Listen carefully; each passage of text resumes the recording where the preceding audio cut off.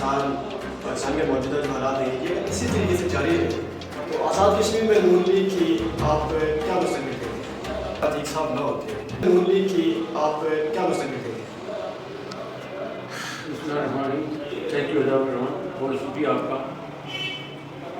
جو سوال آپ نے کیا، آزاد کشمیر میں نون لیگ کا مستقبل راجہ فاروق حیدر خان کی کارکردگی کی بنیاد پر، محنت کی بنیاد پر، کاوش کی بنیاد پر اللہ کی مہربانی سے روشن مستقبل ہے. پی ٹی آئی کا آزاد کشمیر کے اندر، آزاد کشمیر کے لوگوں نے پی ٹی آئی کے وجود کو ابھی تک ایکسیپٹ نہیں کیا ہے، اور مستقبل میں جو آنے والے الیکشن ہیں مجھے یقین ہے کہ جو عمران خان کی اور پی ٹی آئی کی کارکردگی ہے پاکستان کے اندر، اس سے تو پاکستان کے لوگ اور پی ٹی آئی کے اپنے کارکن تنگ ہے پاکستان کے اندر. آزاد کشمیر تو باغیرت اور باہمیت اور علاقے لوگوں کا علاقہ ہے، اور غازی اور مجاہدوں کی سرزمین ہے، اور یہ وہ سرزمین ہے جو سرزمین یہاں کی غازی اور مجاہدوں نے خود لڑ کر اپنے ہاتھوں سے ہندوستان کے دوسرے اقتدار کے ساتھ لڑائی لڑ کے یہ علاقہ حاصل کیا تھا. صاحب جو ہمارے وزیر اعظم ہیں فاروق حیدر صاحب، ان کے اپنے وزیری گروپوں میں بٹے ہوئے ہیں، کوئی فارورڈ بلاک بنانے کی بھی تیاری میں ہے، تو اس سچویشن میں آپ کیا کہیں گے؟ اس کے بارے میں آپ کیا کہیں گے؟ میرے خیال میں یہ ڈس انفارمیشن ہے، کوئی فارورڈ بلاک نہیں ہے. چھوٹے موٹے دیکھیں، ایک گھر کے اندر سگے بھائیوں کے درمیان بھی اختلاف ہو جاتا ہے، اختلاف رائے بھی ہوتا ہے. اختلاف رائے انہوں ایک صحت مند روایت ہے، لیکن اس کا یہ مطلب نہیں کہ کوئی اپنے گھر کو آگ لگائے گا. ہماری ساری پارلیمنٹری پارٹی، وزرائے کرام، ہمارے وزران اسمبلی ماشاء اللہ ہماری اس سے ملاقاتیں بھی رہتی ہیں، ایکسچینج آف ویوز بھی ہوتا ہے. اختلاف رکھنے کے باوجود اس بات پہ متفق ہے کہ فاروق حیدر کی لیڈرشپ میں کام کرنا ہم سب کے لیے بڑا احساس ہے. اچھا، سیاست میں آپ کا آئیڈیل کہاں ہے؟ میرے آئیڈیل مجاہد مجاہد اول نے آپ کی سیاسی تربیت کی، آپ کو تیار کیا، اور جب ان کو آپ کی ضرورت تھی آپ نے ان کو چھوڑ دیا. کیا یہ احسان وہ فراموش؟ دنیا سے چلے گئے تھے، ان کو میری ضرورت نہیں تھی، تو جن کو ضرورت ہونی چاہیے تھی انہوں نے ہماری ضرورت محسوس نہیں کی. مجاہد اول تو آپ کے جماعت چھوڑنے کے کافی عرصے بعد وفات ہوئے. نہیں، لیکن میرا ان سے رابطہ رہا آخر وقت تک. میں جاتا رہا ہوں، عیادت کرتا رہا ہوں، تیمارداری کرتا رہا ہوں، ان سے ملتا رہا ہوں، لیکن بدقسمتی سے ان سے آپ کو پتہ ہوگا، بہت اچھی طرح جانتے ہیں کہ ان سے کسی کو ملنے نہیں دیا جاتا تھا. جب کوئی ملنے جاتا تھا تو دو پہرے دار ساتھ کھڑے، ساتھ ہاسپٹل میں بھی دو پہرے دار ساتھ کھڑے ہوتے تھے. آپ نے عمر کا ایک خاص حصہ مسلم کانفرنس کو دیا ہے، اور آپ کے لیے بھی اگر یہ پرابلم مشکلات آ رہی تھی، آپ کو مجاہد اول سے نہیں ملنے دیا جا رہا تھا، اور ایک کوئی خاص وجہ بھی ہوگی جس کی وجہ سے آپ نے نہیں، ایک بینچ مارک کیوں ہے کہ مسلم یونین کی جو آج جو حکومت کے اندر بیٹھے ہوئے یہ سارے فخر سے کہتے ہیں کہ مجاہد اول کی شاگرد ہیں، اور پھر مجاہد اول کی جانشین کو یہ اپنے باپ کے ساتھی کو سنبھال کے رکھنا چاہیے تھا نا. فاروق حیدر خان کی جو حکومت تھی سن بھول گیا ہوں کون سا سن تھا، اس حکومت وہ جو 1.5 سال کی حکومت تھی، اس وقت سردار عتیق صاحب مسلم کانفرنس کے پریزیڈنٹ تھے، اور مسلم کانفرنس کی حکومت تھی، فاروق حیدر کی حکومت نہیں تھی، مسلم کانفرنس نے بنائی تھی. اس وقت سردار عتیق صاحب کہا کرتے تھے کہ میں اس حکومت کا چوکیدار ہوں. پھر آپ نے دیکھا کہ وہی چوکیدار پیپلز پارٹی کی مرکزی حکومت کے ساتھ مل گیا، ان کے ساتھ مل کے فاروق حیدر خان کے خلاف عدم اعتماد کیا، جس کے بعد جا کے مسلم لیگ مارد وجود میں آئی آزاد کشمیر کے اندر. ادروائز اس سے پہلے میاں نواز شریف بھی نہیں چاہتے تھے کہ آزاد کشمیر کے اندر مسلم لیگ بڑی، اور میاں نواز شریف مجاہد اول کا بہت احترام کرتے تھے. لیکن ایسے حالات پیدا کر دیے گئے مسلم مجاہد اول کے جانشینوں نے پیدا کر دیے کہ پھر لوگ اگر ان سے وہاں اگر نہ رہتے، مسلم لیگ نہ بنتی، تو ظاہر ہے کہ ایک نظریاتی خلا پیدا ہو رہا تھا، یہ لوگ کدھر جاتے. اگر سردار عتیق صاحب نہ ہوتے تو کیا آپ کشمیر کونسل کے ممبر بنتے، یا اس کے بعد مشیر وزیر اعظم پاکستان بن پاتے؟ دیکھیے، جماعت کے اندر لوگ محنت کرتے ہیں. میرے والد گرامی مسلم محمد کے اندر ہے، میں مسلم محمد کے اندر. سردار عتیق کا جو پہلا الیکشن نے سڑکی سے لڑا ہے، وہ الیکشن افتخار یوں میں اکیلے رہنا تھا. سردار عتیق سڑکی میں بھی نہیں آئے تھے. یاد ہے آپ کو؟ کیا آپ چھوٹے ہیں میرے خیال میں؟ وہ الیکشن میں لڑا تھا. اور سیاست کے اندر یہ کوئی احسان نہیں ہوتا ہے. احسان ہم نے ساری زندگی کے ساتھ چلے، ہم نے کوئی احسان کیا ہے. سیاست کے اندر آدمی محنت کرتا ہے ایک نظریے کی خاطر، عزت اور احترام کی خاطر. جب وہ نہیں رہا پھر مجھے بتائیے، میں نہیں ہوں، آپ جا کے فاروق حیدر سے سوال کریں. آج وزیر اعظم ہے، وہ شاہ غلام قادر سے سوال کریں. مسلم محمد کا سچی جنت تھا نا یہ. سردار سکندر ایاز خان صاحب، کیا ان کے والد نے مسلم محمد کے اندر قربانی نہیں دی تھی؟ کیا سردار سکندر ایاز خان صاحب مسلم محمد کے صدر نہیں رہے؟ مسلم محمد کی بنیاد وہ وزیر اعظم نہیں بنے؟ آج کیوں وہ ناراض ہیں؟ کیوں انہوں نے جماعت چھوڑی؟ ایک آپ اس والا مجھ سے کرتے ہیں تو مجھ سے بہت سینئر لوگ طارق فاروق جو مسلم لیگ کے سینئر نائب صدر ہیں, سینئر وزیر ہیں آج, وہ مسلم کانفرنس کے اندر جو ٹیم آج حکومت کے اندر بیٹھی ہوئی ہے ان میں میجارٹی جو ہے وہ مسلم کانفرنس چھوڑ کے گئی ہے اور ان کو دھکے دے کے یہاں سے نکالا گیا ہے. اگر آج مسلم کانفرنس کے لوگ وہاں پہ یہ الزام لگاتے ہیں کہ آپ کو دوبارہ ممبر کشمیر کونسل نہیں بننے دیا گیا ہے, یہ وجہ ہے آپ کی جماعت چھوڑنے کی؟ نہیں ہر چیز اگر آپ کو دوبارہ نہیں, یہ بات بالکل نہیں ہے. لیکن جو رویہ تھا دیکھیں نا, میں آپ کو بتا رہا ہوں کہ ایک میری بات نہیں ہے.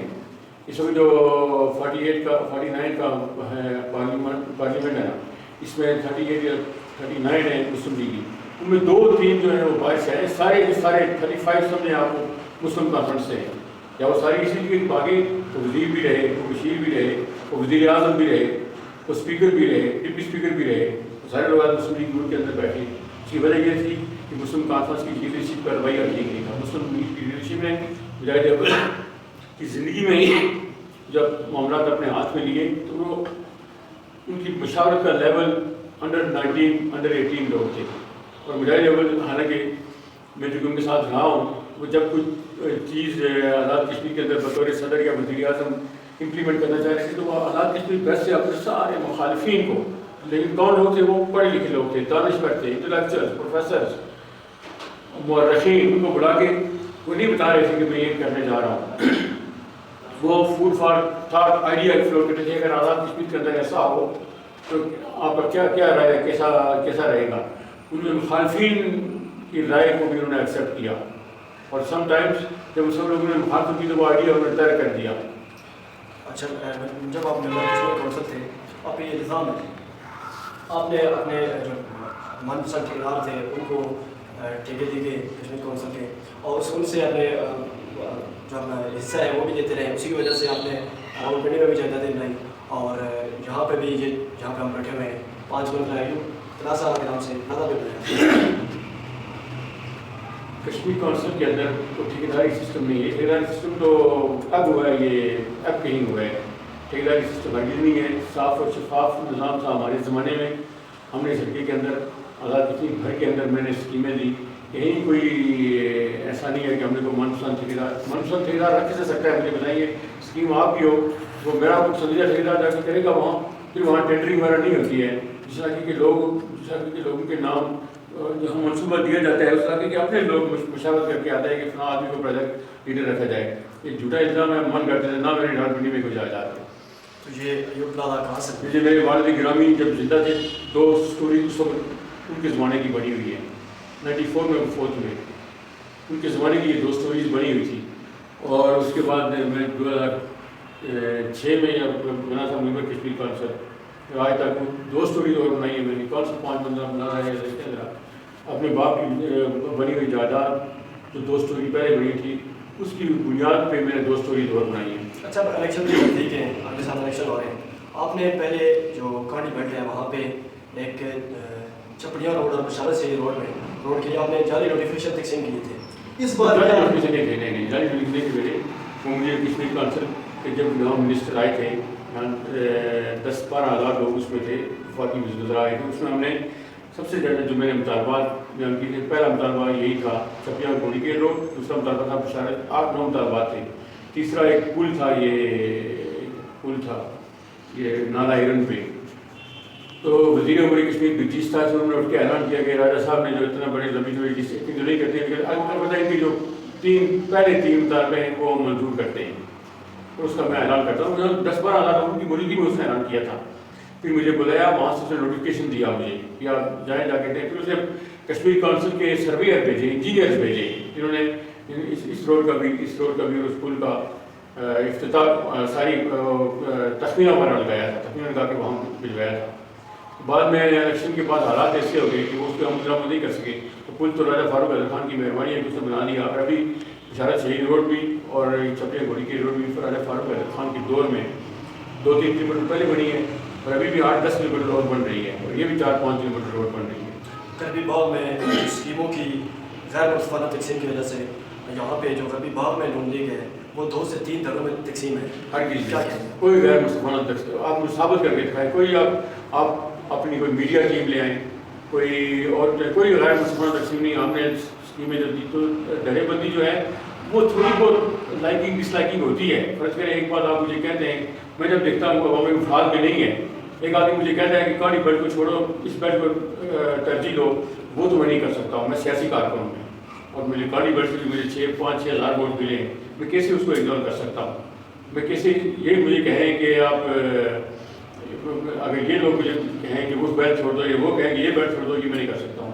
میری اپنی سیاسی سوچ ہے, سیاسی طرز عمل ہے, اور یہ سارا میں نے مداح عمل سے سیکھا ہے. اچھا, راجہ سجاد علی گڑھ صاحب جج بن گئے, اب آپ کا پارٹی ٹکٹ کے لیے اور بھی راستہ صاف رکھتے ہیں, لیکن ان کا جو گروپ ہے آپ سے ناراض ہے, اس سے پہلے بھی یہ بات ہوئی ہے, تو اس کو آپ کیسے ہینڈل کریں گے؟ دیکھیے, ٹکٹ کے لیے اپلائی کروں گا میں, ہم نے محنت کی ہے مسلم لیگ کے لیے, اور ٹکٹ اگر ملا تو الیکشن لڑوں گا. میں جماعتی وائلیشن کا قائل نہیں ہوں. ٹکٹ اگر کسی اور کو ملتا ہے اس کے ساتھ میں چل پڑوں گا, جماعت کو کمزور نہیں ہونے. آپ الیکشن میں کوئی نئی حکمت عملی کے ساتھ اتریں گے یا صدارتی صاحب کا مقابلہ کرنے کے لیے وہی پرانی حکمت عملی؟ کوئی پوری کوشش کریں گے کہ متفقہ امیدوار نہ ساری پارٹی سے. میرا وجہ لطیف صاحب سے بھی رابطہ ہے, میرا قاری امتیاز احمد صاحب سے بھی رابطہ ہے, آصف علی خان سے بھی رابطہ ہے, میرا بشیر اعجاز سے بھی رابطہ ہے, اور جو لوگ یہاں رہے ہیں جوانوں کی ایک تحریک چلی ہے مجدد الفلاح کے نام سے, ان کا بھی یہ مقصد یہی ہے کہ ہم اس غربی باغ میں ایک مشترکہ امیدوار لائیں گے, تو کیا اگر وہ کوئی بندہ نام نامینیٹ کرتے ہیں تو کیا آپ ان کا ساتھ دیں گے؟ دیکھیے, سارے مل کے کوئی تنظیم اگر کرے گی نا, کوئی ایک تنظیم, تو وہ اس میں اگر سارے متفق ہو جائیں تو میں بھی اس سے اتفاق کروں گا. لیکن جو لوگ اس حلقے کے اندر سیاست کے اندر میٹر کرتے ہیں, جنہوں نے محنت کی ہے, ہمارے بھائی, وہ سارے مل کے کوئی کسی ایک کینڈیڈیٹ پہ اگر متفق ہوتے ہیں, میں اپنے آپ کو قربان کر سکتا ہوں. ماجد لطیف خلیق صاحب کے حق میں آپ اس دفعہ بیٹھ سکتے ہیں یا آپ ان کو قائل کر سکتے ہیں کسی؟ بالکل, میرے لطیف صاحب کی ایک دفعہ ہم نے سپورٹ کی ہے یا نہیں کی ہے. مسلم لیگ کا ٹکٹ ہم نے نہیں لیا تھا, ہم نے کہا تھا میرے لطیف خلیق کو دیں. یہ آپ کے سامنے ہے یا نہیں ہے؟ اگر نہیں ہے تو آپ پوچھیں اپنے لوگوں سے. اس وقت ہمارے بیٹ سے 7-8 ہزار ان کو ووٹ ملے تھے. ماجد لطیف صاحب اور ان کی جو ٹیم ہے جماعت اسلامی, وہ لوگ آپ پہ الزام لگاتے ہیں کہ یہ صدارتی کی بی ٹیم کا رول ادا کرتے ہیں. اگر یہ اس طرح نہ کرتے تو پچھلا الیکشن اب اگر ہمارے حق میں بیٹھ جاتے تو ہم جیت سکتے تھے. اس سے پچھلے الیکشن ہم ان کے حق میں بیٹھے تھے, کیوں جیتے وہ؟ ہم بیٹھ گئے تھے نا. اس وقت راج سجاد کینڈیڈیٹ تھے, راجہ خاندان کینڈیڈیٹ تھے, اعجاز نذیر کینڈیڈیٹ, اعجاز نیاز کینڈیڈیٹ تھے. ہم نے سب کو چھوڑ کے ہم نے کہا کہ میرے لطیف کو اس دفعہ ہم کینڈیڈیٹ لاتے ہیں. اچھا, یہ بتائیں کہ جو پورے آزاد کشمیر میں نون لیگ کی تنظیم, مجھے میرے لطیف پہ اعتماد ہے, وہ کبھی میرے بارے میں یہ نہیں کہہ سکتے. اگر نون لیگ کی بات کی جائے آزاد کشمیر میں تو تقریباً ہر جگہ پہ تنظیم سازی ہوئی ہے, صرف غربی باغ میں تنظیم سازی نہ ہونا اس کی کیا وجہ ہے؟ کس نے کہا وہ تنظیم سازی نہیں ہے؟ یہاں ہماری فرسٹ کلاس تنظیم ہے. راجہ محمد اشرف خان ہمارے پریزیڈنٹ ہیں, عتیق الرحمان عباسی کاڑی سے ہمارے سیکرٹری جنرل ہیں, سینئر نائب صدر غفار شرر ایڈوکیٹ ہیں. کس نے آپ کو کہا؟ یونین کونسل کی سطح پہ, یونین کونسل کی سطح پہ تمام یونین کونسل کی لسٹ یہاں موجود ہوگی, صدور کی لسٹ موجود ہے. اگر آپ الیکشن جیت جاتے ہیں تو کیا تبدیلی لائیں گے آپ کیا کرنا چاہ رہے ہیں؟ دیکھیے, سب سے پہلے جو ہے نا ہیلتھ فیسلٹی اور ایجوکیشن ہماری بنیادی ترجیحات ہیں. انفراسٹرکچر کے اندر جو بہتری لا سکیں ہم, اس کو ہم لانے کی پوری کوشش کریں گے. یہ جو فنڈز ہمیں ملتے رہے پچھلے عرصے میں, اس کے خلاف سردار عتیق صاحب کبھی ہائی کورٹ بھی جاتے رہے, اسمبلی کے اندر کھینچتے رہے, وہ فنڈز اپنے من پسند لوگوں میں تقسیم کرتے رہے. میں زیادہ بات نہیں کرتا ہوں, آج کل ماحول نہیں ہے کہ ہم ایک دوسرے کے خلاف بات کریں. یکجہتی کا ماحول پیدا کرنا چاہتا ہوں. میں اس مرکز دیر کوٹ سے ایک اچھا پیغام دینا چاہتا ہوں. لیکن یہ ہے کہ کس کو پتا تھا, آپ کسی سے پوچھیں گے پہلے اسکیمیں آتی رہی ہیں, حکومتیں رہی ہیں, کس کو پتا تھا؟ خدا کی قسم مجھے نہیں پتا تھا کہ اسکیمیں کدھر سے آتی ہیں کدھر سے جاتی ہیں. یہ جب اسکیمیں فاروق اعظم خان کی حکومت بنی, اس وقت جب ہم نے سب یونین کونسل کے لوگوں کو بلایا کہ آؤ بھائی یہ اسکیمیں آئی ہیں, اب بتاؤ یہ ہر یونین کونسل میں اتنا کرائیٹیریا کے مطابق اتنا لاکھ بنتے ہیں, تو آپ لوگ اس کے بعد جا کے انہوں نے, آپ پتہ کریں کارڈ دیکھ رہے ہیں آپ, پہلی دفعہ ہم نے اسکیموں کے اندر ایک فیئرنیس اور میرٹ کے مطابق ہم نے لوگوں کو اسکیمیں دی ہیں. چھوٹی موٹی ڈرا بیک ہو جاتی ہے, میں نہیں کہتا ہوں ہم فرشتے غلطی نہیں کرتے ہیں, لیکن اللہ کی مہربانی سے لوگوں کی مشاورت سے کرتے رہے. پہلے تو اسکیمیں انڈر گراؤنڈ پہنچی جاتی تھی. میں کہتا ہوں کہ میں مسلم محمد سینئر 3 آدمی تھا, مجھے خدا کو نہیں پتا ہوتا تھا اس وقت تک کہ جب تک میں ممبر کشمیر کونسل نہیں بنا. اچھا, اگر اس مستقبل میں کہ مسلم کانفرنس میں دوبارہ جا سکتے ہیں آپ؟ نہیں, نہ بڑھا. کوئی امکان نہیں ہے؟ کوئی امکان نہیں ہے۔ اچھا، موجودہ جو کشمیر کی صورتحال ہے تو اس کے بارے میں آپ کی جماعت نے اور آپ لوگوں کی کیا پالیسی ہے؟ کشمیر کی موجودہ صورتحال میں آپ نے راجہ فاروق اظہر خان کی تقریر سنی جو اس نے کنونشن سینٹر میں کی ہے؟ بتائیے نا مجھے آپ۔ تقریروں سے تو اس کا دیکھیں نا، یہ پاکستان کا حکمران جا کے وہاں سودا کر کے آتا ہے عمران خان، کشمیر کو بیچ ڈالا ہے اس نے، تصویر آتا ہے جا کے یونائٹیڈ نیشن میں جا کے تقریریں کرتا ہے اور وہاں جا کے پھر لوگوں نے یہاں سیز فائر جان پیاس کرنے کی جب کال دی اس نے کہا عمران خان نے کہ نہیں، جو کرے گا وہ ملک کا غدار ہوگا۔ تقریر کے بعد آ کے اس نے بڑا استقبال کروایا آپ نے، لیکن فاروق اظہر نے پاکستان کے حکمران پہلے حالات کشمیر کے اندر مجاہد ابل کے بعد پاکستان کے حکمرانوں کے اندر بیٹھ کر کسی نے اس کی آنکھوں میں آنکھیں ڈال کے بات کی ہے تو وہ راجہ فاروق اظہر خان اور کشمیر کے بارے میں، اور اس نے باجوہ صاحب کو مخاطب کر کے کہا کہ باجوہ صاحب لوگ آپ کی انتظار کر رہے ہیں، سری نگر کی بیٹیاں ہر روز صبح کھڑکی کھول کے دیکھتی ہیں کہ پاکستانی فوج آئی ہے یا نہیں آئی ہے۔ اپنے طور پہ ہم کیا کر سکتے ہیں مجھے بتائیے؟ اپنے طور پہ جدوجہد جو لوگ کر رہے ہیں وہ کر رہے ہیں، ہمارے لوگوں نے بنیادی طور پر آزادی تو ہم لوگوں نے ہمارے آبا و اجداد نے خود حاصل کی ہے نا۔ اس کے بعد جب پاکستان کی مختلف گورنمنٹس نے کبھی ہندوستان پہلے سلامتی کونسل کا وہ غیر مستقل ممبر بنا، کس نے بنایا؟ اس سے پہلے کسی حکمران نے بننے دیا اس کو؟ واجپئی لاہور آیا اور اس کے بعد منموہن سنگھ آیا۔ منموہن سنگھ یعنی تلے کی بنیاد پہ ہے، وہ کہتے ہیں کہ بیٹھ گیا ہے کہ انڈیا کا یار ہے، انڈیا کا یار ہے جس نے ہندوستان کو سلامتی کونسل کا ممبر نہیں بننے دیا۔ کس نے جا کے کس کے دور میں جا کے یہ ماحول پیدا ہو کہ انڈیا غیر مستقل سلامتی کونسل کا غیر مستقل ممبر بن گیا؟ اس طرح کی انٹرنیشنل سینیریو ہے، سازش ہے کشمیریوں کے خلاف، لیکن میرا یقین ہے کہ وہ کشمیری جس طرح غازی نوری کی طرح کٹ رہے ہیں، قربانی دے رہے ہیں، ہندوستان کی 8-9 لاکھ فوج کے آگے نہتے، کوئی ان کے پاس ہتھیار نہیں ہے، گلیل کا اور سوٹی سے ڈنڈے سے گلیل سے لڑائی لڑ رہے ہیں اور اپنی انہوں نے وہ سروائیول کو پروو کیا ہوا ہے۔ انشاءاللہ کشمیر آزاد ہوگا۔ آپ عمران خان پہ پرائم منسٹر پاکستان پہ تنقید کر رہے ہیں کہ انہوں نے کشمیر کو بیچ دیا ہے، تو سردار فاروق اظہر صاحب جو ہیں وہ تو ان کی تعریف بھی کرتے ہیں، ان کے جلسے جلوسوں میں بلکہ جو کشمیر سے کیے ہیں تو وہاں پہ بھی ان کی تعریف کرتے ہیں، اور ان کی اگر ایسا ہوا ہے کوئی تاریخی کلمہ آپ مجھے بتا سکتے ہیں؟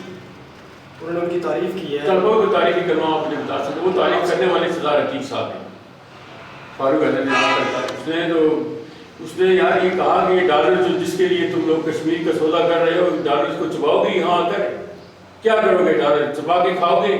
فاروق اظہر صاحب کو بولنے کا نہیں دے رہا، وہ ان کے سامنے کیوں نہیں آ رہے؟ کچھ رکاوٹیں ضرور ہیں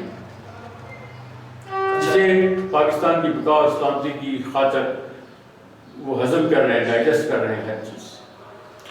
اچھا، جو کرونا وائرس ہے اس یہاں پہ معاشی استحصال ہوا ہے لوگوں کا، تو آپ نے الیکشن میں تو ہر جگہ جگہ جاتے ہیں، یہاں پہ اس سلسلے میں آپ نے کیا کیا؟ آپ نے کارکنان کے لیے کیا کیا ہے؟ کارکنوں کی بات نہیں ہے، میری بات یہ ہے اس وقت جو کوئی بلا تخصیص جہاں تک وہ پوچھ سکے وہ پوچھتے ہیں، لیکن اس وقت جو کی سمجھ لی ہے جو میرا ایمان ہے، ہم نے ایک کمیٹی بنا رکھی ہے، اس میں ہم نے پیکیجز دیے بھی ہیں، پیکیجز دے بھی رہے ہیں۔ ابھی یہاں ہمارا ایک ہے فاضیہ ٹرسٹ آف پاکستان، بہت بڑا کام کر رہے ہیں یہاں، ان کے ساتھ مل کر جس قدر فنڈنگ راشن ہو سکتی ہے غیر محسوس طریقے سے، بغیر کسی تشہیر کے، بغیر کسی فوٹو شو کے، صرف خدا کی خوشنودی کے لیے کہ شاید کسی غریب اور بھوکے بے روزگار سفید پوش کے پاس پہنچ جائے تو ہماری زندگی راحت سمجھ جائے۔ اچھا، سردار عتیق صاحب کے لیے کوئی ایک جملہ؟ میں نیک خواہشات رکھتا ہوں ان کے لیے، میجر صاحب کے لیے بھی نیک خواہشات۔ نوجوانوں کے لیے کوئی میسج دینا چاہیں گے آپ؟ اس حلقے کے نوجوانوں سے میں یہ کہنا چاہتا ہوں کہ نوجوانوں آپ لوگ محنت کرو اور مستقبل کے حوالے سے آئندہ الیکشن ووٹ کی پرچی کے ذریعے ہی حلقے کی تبدیل ہو سکتی ہے۔ وہ آپ جو بہتر سمجھتے ہیں، جس کی کارکردگی اچھی ہو، جو لوگوں کو وقت دیتا ہو، جو لوگوں کے معاملات اور مسائل کو سمجھتا ہو، اور جو حلقے کے اندر رہتے ہیں جو لوگ، ان میں سے آپ ووٹ کی پرچی سے اس حلقے کی تبدیل کر سکتے ہیں، اور وہ آپ اپنا فیصلہ خود کرنا چاہیے آپ کو۔ بہت بہت شکریہ سر، تھینک یو، تھینک یو۔ اللہ حافظ۔